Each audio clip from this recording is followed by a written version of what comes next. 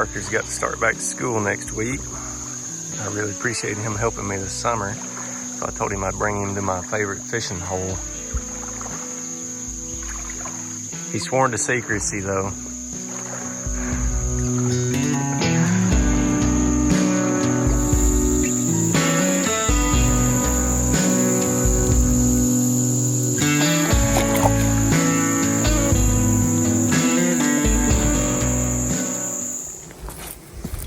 Hot again today. How many yards have we worked so far? 2? This is the third? I think it's the third one. I think it's the third one. So we got it weed eated in here. That looks a lot better. And getting the, putting the 2 feeders in and adding these boxes is working out pretty good. These bees have drawn out 6 frames maybe. They're working on 6. I've got started on the center there. They haven't got the corners done. So we'll give them 2 more gallons. Working pretty well. There's only been 1 or 2 hives in here that are in 3 boxes that have not taken 2 gallons. And this is Wednesday, and I think I fed them on Saturday. So it's not a lot of time for them to take 2 gallons, but they're doing it and they're putting it in the right place. So that's good. Having an extra set of hands makes things go a lot faster. So Parker's trying chewing on some propolis for the first time. That was not good.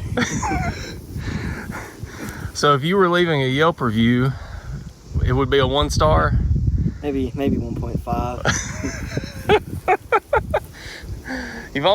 I think you've almost got to treat it like chewing tobacco or something, or snuff. You more dip it than you chew on it. It's worse than caramel. It really sticks in your teeth. All right, we can close them up. I wanted to show this real quick. I put 2 feeders in here, gave them 2 gallons. I think it was about a week ago. And I've got nearly a drawn box up here. And I just pulled 1 bait frame up.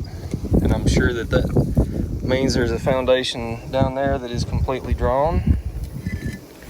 So this worked out. I'll give them 2 more gallons. They should finish this out, and then I'll probably take these outer 2 frames, move them to the center, and they'll even all that up. That's a good result. That's what I'm looking for.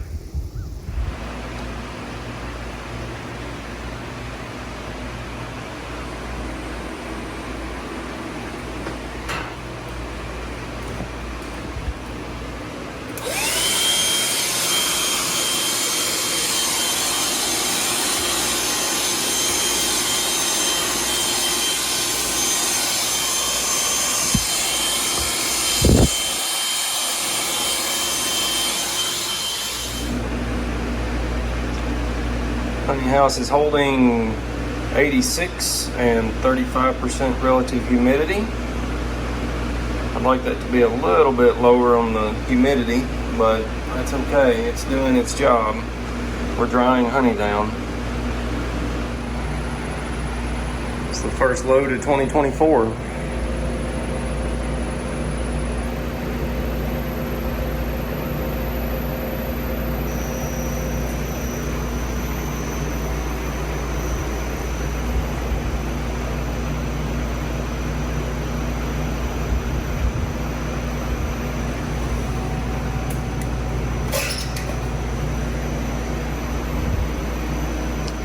Clarifying tank has a baffle down at the bottom, so the idea is the wax will float to the top.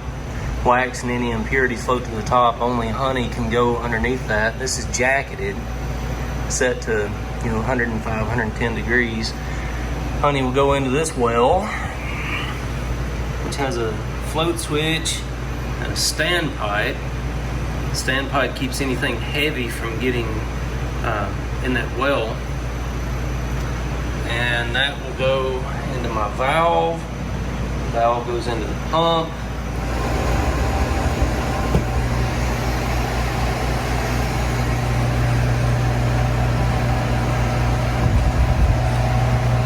I believe that float switch is about to kick on for the first time this year. Hopefully everything works. I don't have a leak.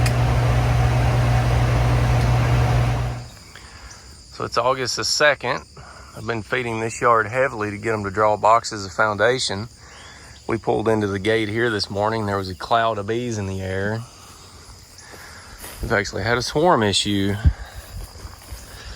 which is odd this time of year for us, because we're going into dearth, and swarms do not have a good chance of winter survival if they issue in July or August in Tennessee.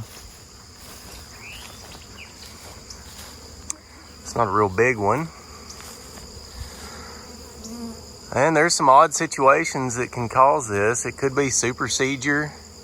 They could be trying to supersede a queen, and instead of killing the old queen, she leaves and takes some bees with her.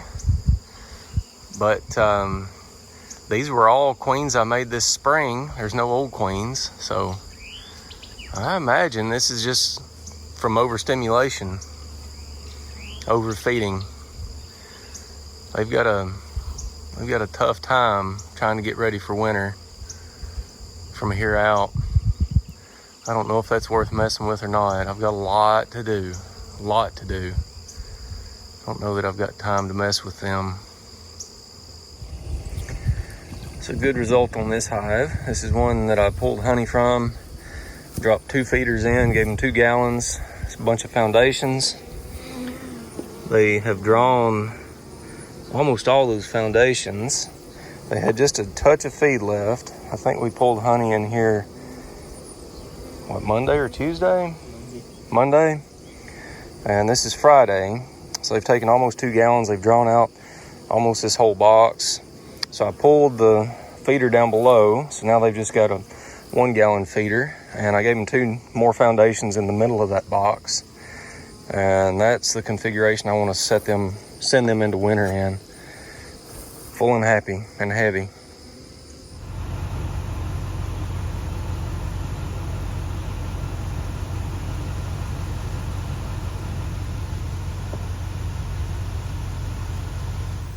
So we're pulling honey today. Since Parker is young, he's been carrying most of the honey supers.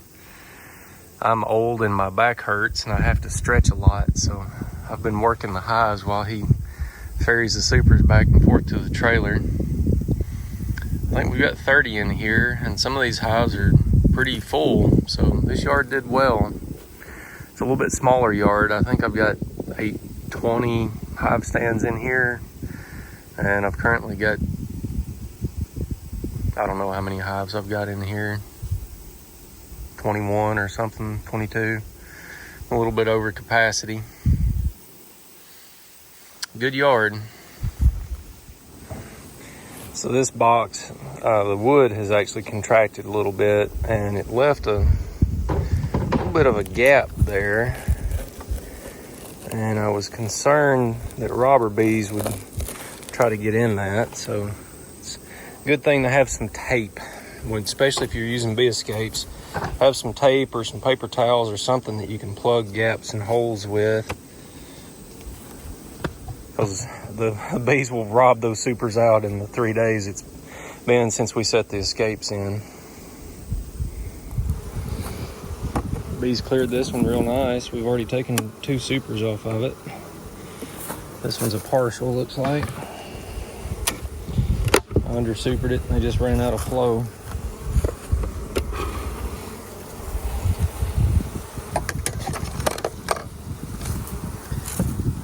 This is scattering of bees in there, so I've got to hold the DeWalt blower.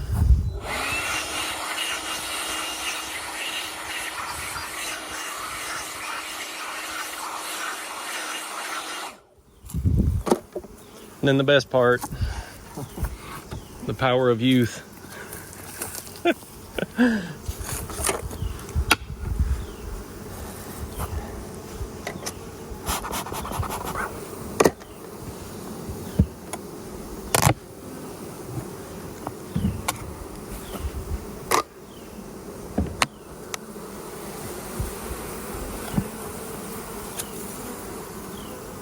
Good looking hive.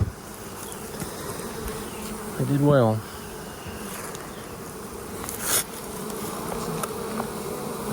Go ahead and weight check them all right now, make sure they don't need emergency feeding. This one's heavy. They're heavy enough for winter. That's good.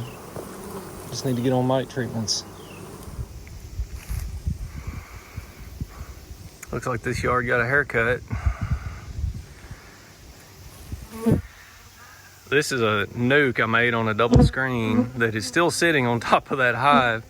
And it's so hot that they're bearding, so I thought I'd just come back in the morning and go ahead and move them to another yard, and then I can pull those 2 honey supers in the morning. It's just easier. I mean, this is like a quarter mile from my house, so to me it's easier to deal with that in the morning than it is with them bearding in the heat of the day. Honey house is starting to look pretty full. I think I've got 57 supers there drying. I'll let those dry in 2 or 3 days depending on the moisture content. And then it'll take me a day and a half or 2 days to get them extracted, I'd say. There's a lot of them that are not completely full. I've got some partials where I under-supered out of optimism and tried to get the bees to draw foundations and such, and they just didn't finish them. But there's a lot of weight in these boxes too, so you know, if I've got 60 supers at 20 pounds a piece, that gives you an idea. And if I've got 60 supers at 30 pounds a piece. So we'll see what the average is on them. I need honey. Starting out in my southernmost yard today, I find that, I don't know why, but I like working either north to south or south to north. So I had to drop the trash off this morning before I got started, and I was closest to the south, so that's where I'm starting at. This is a hive that I pulled a super of honey off of just a week or 2 ago. I gave them back a box of foundation and put 2 feeders in here, gave them 2 gallons of feed. And I've refilled once, and I don't know if I gave them 1 gallon the last time or 2. So they've either had 3 or 4 gallons since I pulled honey from them. And they have almost drawn out this whole box. So I don't know. I know you probably can't see this in the camera, but they have drawn sort of in a cluster shape like that. So these corners down through here are undrawn. This frame is undrawn. And then those corners up through there are undrawn on 3 or 4 gallons. So that's working out pretty good. I'll refill them a gallon today. I don't have a full tank with me, or I've probably got enough to give them 2, and 2 more gallons may finish that out. So we'll go ahead and give them that, and I'll move a couple of frames in. But this is working out pretty good. Getting another box of drawn comb out of them, man, I got a little bit of honey off of them. So most of my bee yards are remote, and I like it that way. I don't know, I'm sort of a private person, introverted, not the best in social situations, and I like being alone quite a bit. I know this is getting off topic here, but I've never had a bee yard next to a road, like right next to a road. And I put this one in. It's a great location. It's behind a locked gate, which made me feel safe putting it here. You know, nobody's going to mess with it. Most of my bee yards, you've got to know where they are to be able to find them. And I never expected that people would stop and take pictures of me working bees and just stop and watch me work bees. I just had a lady, very nice lady, pull in and ask me if I sell my honey and where she can find it. That's different. That's something I'd never expected. Anyway, that's a side quest there. Anyway, this hive is an overperformer. I pulled a super and a half of honey off of them, and there were so many bees in here that I gave them 2 supers of foundation and 2 feeders, so they've had 4 gallons now, and I just gave them 2 more, so this will be 6 gallons, I think. I might have just given them 1 on the last feeding, which was, I don't know, Friday or Saturday. The days are running together right now. It's hectic. But it looks like they're going to draw all of this out. Looks like they're going to draw 2 supers of foundation out before winter. That's a little unexpected, but very welcome. I need comb and lots and lots and lots of it. I've noticed different strains of bees tend to prepare for winter at different times and in different ways.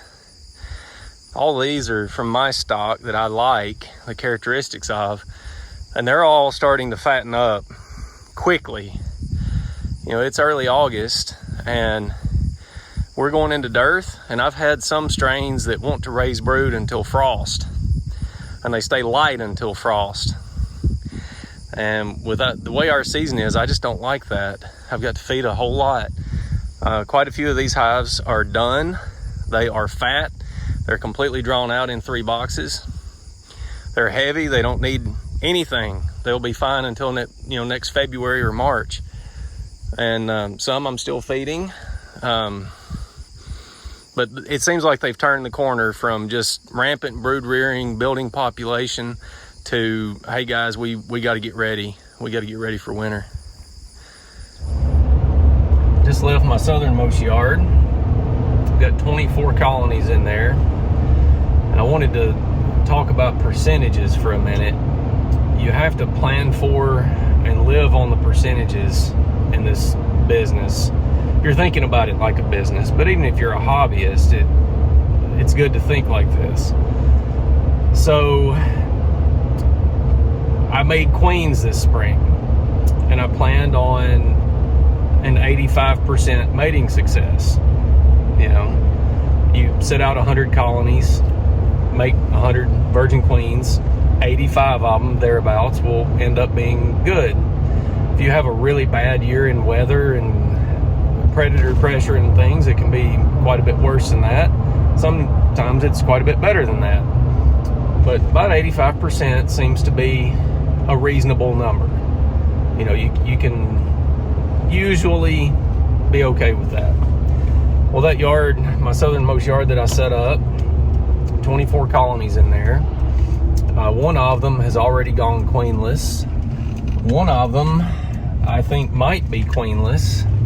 And one of them is so weak that if I don't shake them out this fall, I think I'm probably going to have to cull them next spring. So that's 3 out of 24. That would be roughly 12 out of 100. So again, you know, about 85% of the nukes that you make and get mated queens back in are going to be good. Most of those are going to be average. Maybe 10 or 15% are going to be really good. So you always think about those percentages. You know, my winter loss, what's that going to be?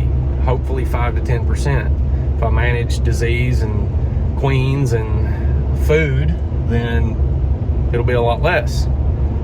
If you don't manage disease and food especially, it'll be a lot more. It can be a lot more. So you always have to think about those percentages. You know, if you want to have 10 colonies, you need to grow every year. If you want to have 100 colonies, you need to grow every year and then shrink back. So this is the hive on the end of the row that I showed a couple weeks ago, 2 or 3 weeks ago, that had a ton of hive beetles in it. Tons of beetles.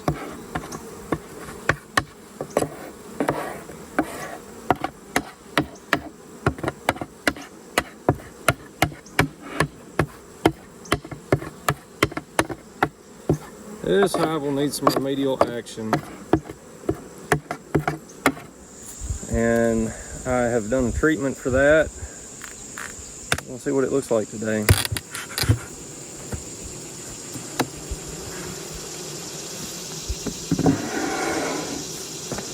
We still got some, but nothing like what we did have.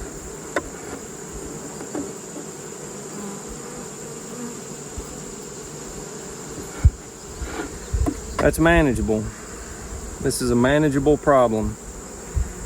I really wish that we had more investment into solving some of beekeeping's problems. Things would move a lot faster if there was more money pushing it. Beekeepers get a bad name for being scofflaws. And I get it. Label is the law, you should follow the law. But when there are no good solutions, people have to figure out how to keep their bees alive and healthy.